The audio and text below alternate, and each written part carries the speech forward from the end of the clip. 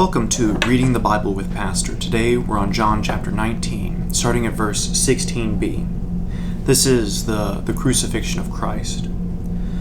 So they took Jesus, and he went out, bearing his own cross, to the place called the place of a skull, which in Aramaic is called Golgotha. There they crucified him, and with him two others, one on either side, and Jesus between them. Pilate wrote an inscription and put it on the cross. It read, "Jesus of Nazareth, the King of the Jews." This is the little plate that is sometimes found above Jesus' head on a crucifix that it has INRI. That means Jesus of Nazareth, King of the Jews. The I's being J's for Jesus and Jews, the N for Nazareth, and R, the Latin Rex, meaning King. Many of the Jews read this inscription, for the place where Jesus was crucified was near the city, and it was written in Aramaic, in Latin, and in Greek. So the chief priests of the Jews said to Pilate, "Do not write the King of the Jews, but rather, this man said, 'I am King of the Jews.'" Pilate answered, "What I have written, I have written." By saying that he is King of the Jews, Pilate has a reason for executing him, that this man might be starting an insurrection and therefore going against Caesar, who is king of the region at this time. When the soldiers had crucified Jesus, they took his garments and divided them into 4 parts, 1 part for each soldier, also his tunic. But the tunic was seamless, woven in one piece from top to bottom. So they said to one another, "Let us not tear it, but cast lots for it, to see whose it shall be." This was to fulfill the Scriptures, which says, "They divided my garments among them, and for my clothing they cast lots." We can find this reference in Psalm 22, verses 16 and 18. "For dogs encompass me, a company of evildoers encircles me. They have pierced my hands and feet," that is, they crucified him. I can count all my bones. They stare and gloat over me. They divide my garments among them, and for my clothing they cast lots. We'll pick up reading with verse 24b here.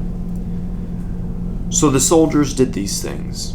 But standing by the cross of Jesus were his mother and his mother's sister, Mary the wife of Clopas, and Mary Magdalene.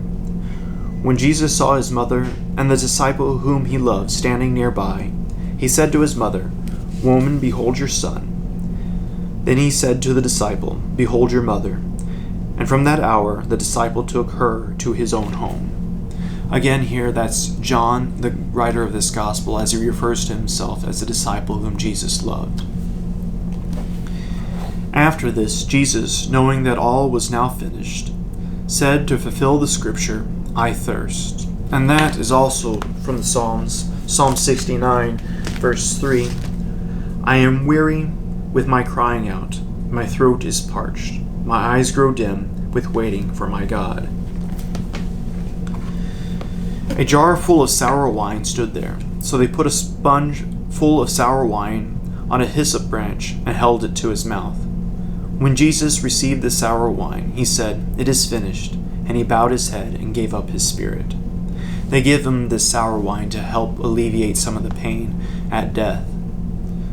Since it was the day of preparation, and so that the bodies would not remain on the cross on the Sabbath, for the Sabbath was a high day, the Jews asked Pilate that their legs might be broken and that they may be taken away.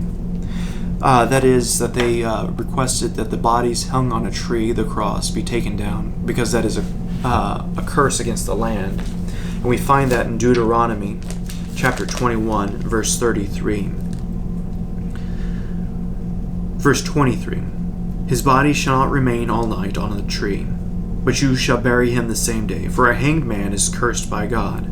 You shall not defile your land that the Lord your God has given you for an inheritance." So they bring the people down so that they might not defile the land. So we continue with verse 32. "So the soldiers came and broke the legs of the first and of the other who had been crucified with him. But when they came to Jesus and saw that he was already dead, they did not break his legs." That is a reference also to the Passover meal, where they don't break the legs of the lambs, and and that's in Exodus chapter 12, verse 46, referring to the Passover meal. It shall be eaten in one house. You shall not take any of the flesh outside the house, and you shall not break any of its bones. As Jesus, being the perfect Passover lamb, his legs, to fulfill the scriptures, are not broken. But one of the soldiers pierced his side with a spear, and at once there came out blood and water. He who saw it has borne witness. His testimony is true, and he knows what he is telling the truth, that you also may believe. For these things took place that the scripture might be fulfilled, that not one of his bones will be broken. And again, another scripture says, they will look on him whom they have pierced. And we can find that in Zechariah chapter 12, verse 10, which says, And I will pour out on the house of David and the inhabitants of Jerusalem a spirit of grace and pleas for mercy, so that when they look on me, on whom they have pierced, they shall mourn for him, as one who mourns for an only child, and weep bitterly over him, as one who weeps at a firstborn. After these things, Joseph of Arimathea, who was a disciple of Jesus, but secretly, for the fear of the Jews, asked Pilate that he might take away the body of Jesus, and Pilate gave him permission. So he came and took away his body.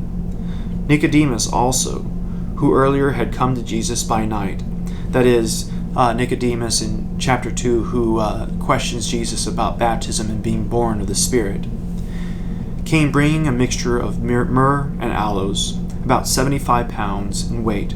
So they took the body of Jesus and bound it in linen cloths with the spices, as is the burial custom of the Jews. Now in the place where he was crucified there was a garden, and in the garden a new tomb in which no one had been laid. So because of the Jewish day of the preparation, since the tomb was close at hand, they laid Jesus there. We'll pick up next time with John chapter 20.